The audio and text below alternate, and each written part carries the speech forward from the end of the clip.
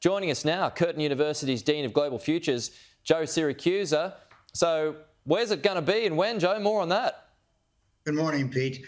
Well, the U.S. intelligence community and military community are targeting this week as something's going to happen. Now, they know that the ball is in Iran's court. Iran has to decide whether it wants to hit Israel, which is a hard target. That is because it'll be a hard response, or they could hit an American forces, and that'll be a softer response in the sense that America doesn't want to escalate this thing.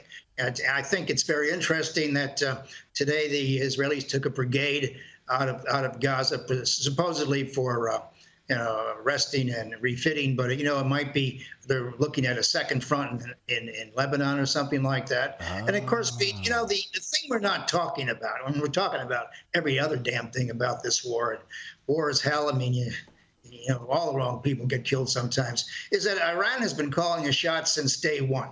One of the things that I noticed, and that was not reported very much, was after the October 7th attack, which was as barbarous as it gets, the Iranian Revolutionary Guard bragged, and it was picked up and translated from Persian into English, that this was a response. This was a vengeance for the Trump's assassination of General Soleimani, and that they keep their promises. These guys have probably planned this a long time, and Hamas and Iran is behind all of this, and the Americans don't want this war to get any larger. I mean, Biden is terrified it's going to get larger. He's trying to contain it.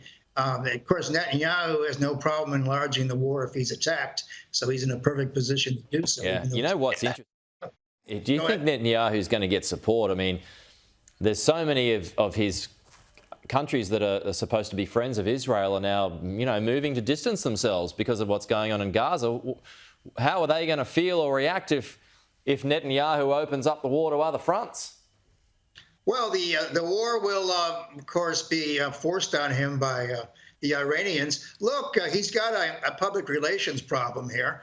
But, keep in mind that at the height of the Vietnam War, which is very unpopular, both in Australia, finally, and the United States, no one was forcing Lyndon Johnson from office. He still had all of his allies, though NATO didn't go to the Vietnam War. I mean, you can still maintain these kinds of contacts. And keep in mind that most of the nations that were going to do business with Israel, particularly in the Middle East, the Arab nations, they don't know what to do with the Palestinian problem anyway. They don't want the Palestinians on their doorstep.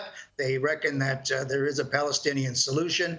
Netanyahu thinks there is a Palestinian state. It's called Jordan. They can go home there, he says. But look, he's got a problem, and I think the Israelis, as angry as they are at him, and despite the pressure on him to call an election, I think they'll let him stay the course until this thing is over. And it isn't going to be over till the hostages come home or their bodies come. I can't imagine who's left, as a matter of fact. But, Abraham Lincoln once said, Pete, you don't want to change horses in the middle of a stream, in the middle of a war.